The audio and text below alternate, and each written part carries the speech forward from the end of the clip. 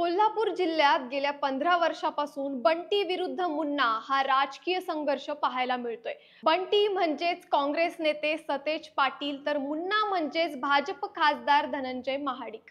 तसं कधी काळी हे दोघं जण जिवलग मित्र देखील होते। मात्र कोल्हापूर दक्षिण मतदारसंघाच्या जागेवरून दोघांमध्ये ठिणगी पडली आणि पुढे सुरू झाला तो कधीही न संपणारा राजकीय संघर्ष।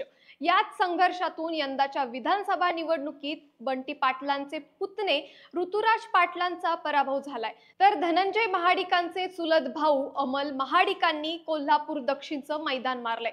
मात्र एक प्रश्न उपस्थित होतो की ज्या बंटी पाटलांच्या जीवावर महाविकास आघाडी कोल्हापुरातल्या 10च्या 10 जागा जिंकण्याचं स्वप्न पाहत होती, त्याच बंटी पाटलांना स्वतःच्या मतदारसंघात शह कसा मिळाला? बंटी पाटलांचा स्वतःचा पुतण्या पराभूत कसा झाला? महाडिकांनी पाटलांचा कंडका कसा पाडला? या सर्व प्रश्नांची उत्तरं आजच्या व्हिडिओत आम्ही तुम्हाला सांगणार आहोत। पण व्हिडिओला सुरुवात करण्यापूर्वी एक महत्त्वाची सूचना, जर तुम्ही चॅनलला सबस्क्राइब केलं नसेल तर सबस्क्राइब करून घ्या, तसंच नोटिफिकेशनचं बटन दाबायला विसरू नका। नमस्कार, मी आर्या राऊत आणि तुम्ही बघताय महाराष्ट्र भूमी। 2004च्या विधानसभा निवडणुकीत करवीर विधानसभा मतदारसंघातून सतेज उर्फ बंटी पाटलांनी अपक्ष निवडणुकीच्या मैदानात उतरण्याचा निर्णय घेतला। आता बंटी पाटलांचं घराणं तसं पूर्वीपासून काँग्रेसी विचाराचं, मात्र हा मतदारसंघ काँग्रेसच्या दिग्विजय खानविलकरांचा बालेकिल्ला असल्यामुळं बंटी पाटलांना काही काँग्रेसकडून तिकीट मिळालं नव्हतं। दिग्विजय खानविलकर म्हणजेच राज्यात आणि विशेषतः कोल्हापुरात त्या काळचं एक मोठं प्रस्थ। त्यांना पराभूत करणं काही गोष्ट सोपी नव्हती, त्यासाठी मोठी यंत्रणा असणं गरजेचं होतं।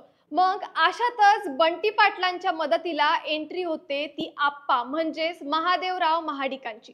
आता महादेवराव महाडिक म्हणजे कोल्हापूरचं राजकारण आणि कोल्हापूरचं राजकारण म्हणजेच महादेवराव महाडिक, हे समीकरण कोल्हापूर जिल्ह्यानं बरेच काळ पाहिले।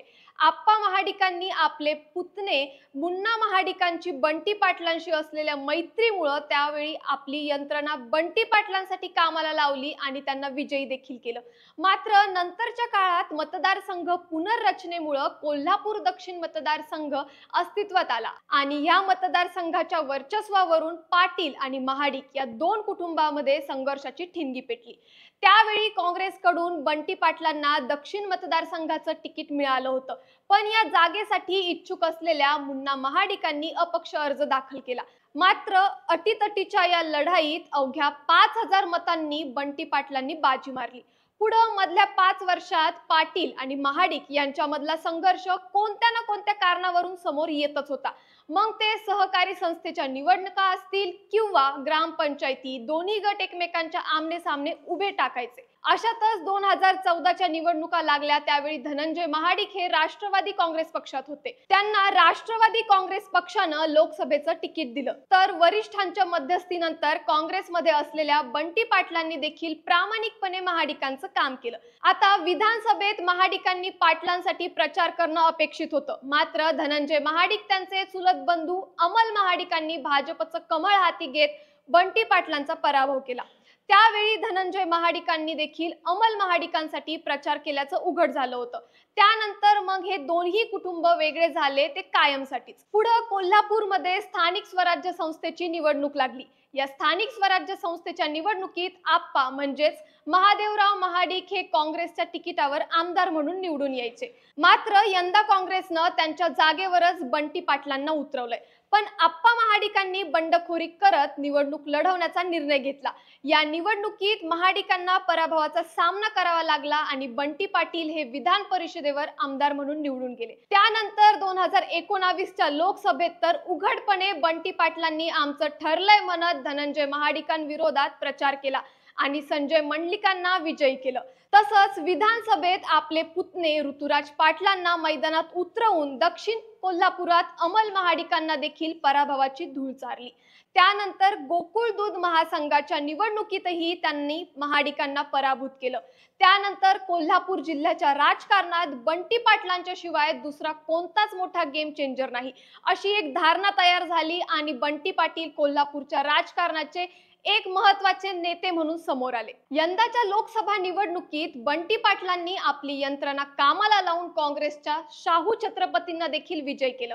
तर विधानसभा निवडणुकीत महाविकास आघाडीच्या तीनही पक्षांनी कोल्हापुरातल्या 10च्या 10 जागा निवडून आणण्याची जबाबदारी ही बंटी पाटलांवर सोपवली होती. शिवाय अधूनमधून काँग्रेसमध्ये मुख्यमंत्री पदाच्या चेहऱ्याची चर्चा व्हायची. यामध्ये तरुण म्हणून बंटी पाटलांचं देखील नाव घेतलं जायचं. मात्र काँग्रेसच्या इतर भावी मुख्यमंत्र्याप्रमाणे बंटी पाटलांचा देखील गेम झाला. कोल्हापूर दक्षिण विधानसभा निवडणुकीत बंटी पाटलांचे पुतणे ऋतुराज पाटलांना पराभव पाहावा लागला. त्यांच्या विरोधात मैदानात असलेले भाजपचे अमल महाडिक हे पुन्हा एकदा आमदार झाले आणि महाडिक प्रेमींनी कोल्हापुरातले रस्ते हे गुलालानं भरून टाकले. पण ऋतुराज पाटलांचा पराभव झाला कसा? तर या गोष्टीचं उत्तर पाहायला गेलं तर आपल्याला 3 मुद्दे समोर येतात. पहिला मुद्दा म्हणजे बंटी पाटलांचा अति आत्मविश्वास. यंदाच्या विधानसभा निवडणुकीत महाविकास आघाडीनं बंटी पाटलांवर कोल्हापूर जिल्ह्यातल्या 10च्या 10 जागांची जबाबदारी दिली होती. त्याशिवाय बंटी पाटील हे काँग्रेसचे स्टार प्रचारक देखील होते. बंटी पाटलांनी अति आत्मविश्वासात येऊन आपल्या मतदारसंघावर लक्ष घालण्याऐवजी जिल्ह्यातल्या इतर मतदारसंघावर जास्त भर दिला. त्यामुळे झालं असं की महाडिक कुटुंबियांनी आपली यंत्रणा मतदारसंघात राबवण्याची संधी मिळाली. दुसरा मुद्दा महाडिक कुटुंबियांची एकता. अमल महाडिक यांच्यासाठी महाडिक कुटुंबियातील प्रत्येक व्यक्तींना आपापल्या पद्धतीने प्रचार केला. अमल महाडिकांच्या पत्नी तसंच महाडिक कुटुंबातील सर्व भाऊ आणि त्यांचे मुलं सगळेच निवडणूक प्रचारात आपल्याला दिसत होते. शिवाय 85 वर्षाचे आप्पा महाडिक देखील प्रचारात सक्रिय झाले होते. याचाच फटका पाटलांना बसला आणि ऋतुराज पाटलांचा पराभव झाला. राज्याच्या इतर मतदारसंघात ज्याप्रमाणे महायुतीच्या कल्याणकारी योजनांचा फटका महाविकास आघाडीच्या उमेदवारांना बसला, तसाच फटका या मतदारसंघामध्ये देखील बसलाय. महायुतीच्या या मतदारसंघात प्रचाराचा मुद्दा मतदारांना कल्याणकारी योजनाच्या भौतिक फिरवत ठेवण्याचा होता. त्यामुळे ही गोष्ट देखील इथं निर्णायक ठरली आणि ऋतुराज पाटलांना पराभव पाहावा लागला. तर ही होती 3 कारणं ज्यामुळे महाडिकांनी पाटलांचा कंटका पाडला. तर या व्यतिरिक्त आणखी कुठली कारणं असू शकतात ज्यामुळे ऋतुराज पाटलांचा पराभव झाला, हे तुम्ही आम्हाला कमेंट्सच्या माध्यमातून नक्कीच कळवा. धन्यवाद.